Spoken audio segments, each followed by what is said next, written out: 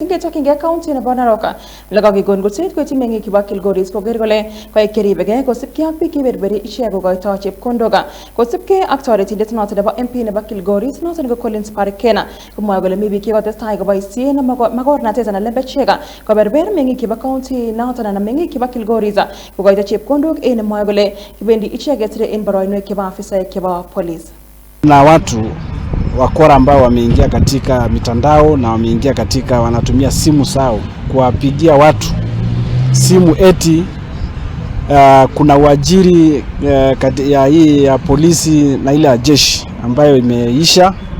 Wametumia nafasi hiyo kusema wanahitaji pesa ndiposa watu wao waajiriwe, na hiyo wanasema ni Sunkuli.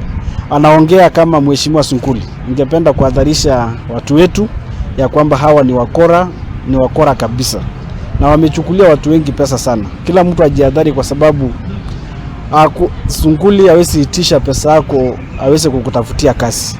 Na kama kuna malalamishi yoyote, ukipata simu kama hiyo, tungekuhitaji ukuje katika ofisi zetu ama uende police station, kwa sababu hawa wakora wamechukulia watu wetu pesa mingi sana, mamilioni ya pesa. Na pia tumeanza kuripoti mambo haya katika polisi, na hiyo mambo tumeachia polisi waishughulikie, na tungeipenda kabisa kusema hiyo idara inayohusika na uchunguzi ichukue hatua mapema na iweze kuleta watu katika vitabu za serikali na wachukuliwe adabu ile kali kabisa.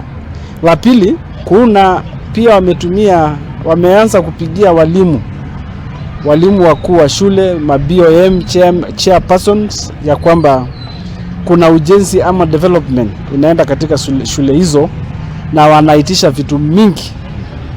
Na pia tungeweza kuadharisha hawa walimu na machairman wa hiyo mashule ya kwamba hayo ni uongo, kwa sababu sisi hatutumii mbinu hiyo kufanya kazi. Sisi tunaitumia mbinu iliyo wasi na ambayo kila mtu anaijua. Sisi tunaitumia kwa ofisi na kila kitu inafanyika kwa ofisi zetu. Na utaratibu kabisa ya kawaida ya kufanya kazi ya serikali, sio simu kupigiwa, kwa sababu hawa wakora wanatumia nafasi hiyo kuwachukulia watu wetu pesa. Na tukuna shilingi yoyote tunahitaji kufanya maendeleo, kufanyia watu wetu maendeleo. Hivyo tungeomba ya kwamba hawa wahalifu washikwe,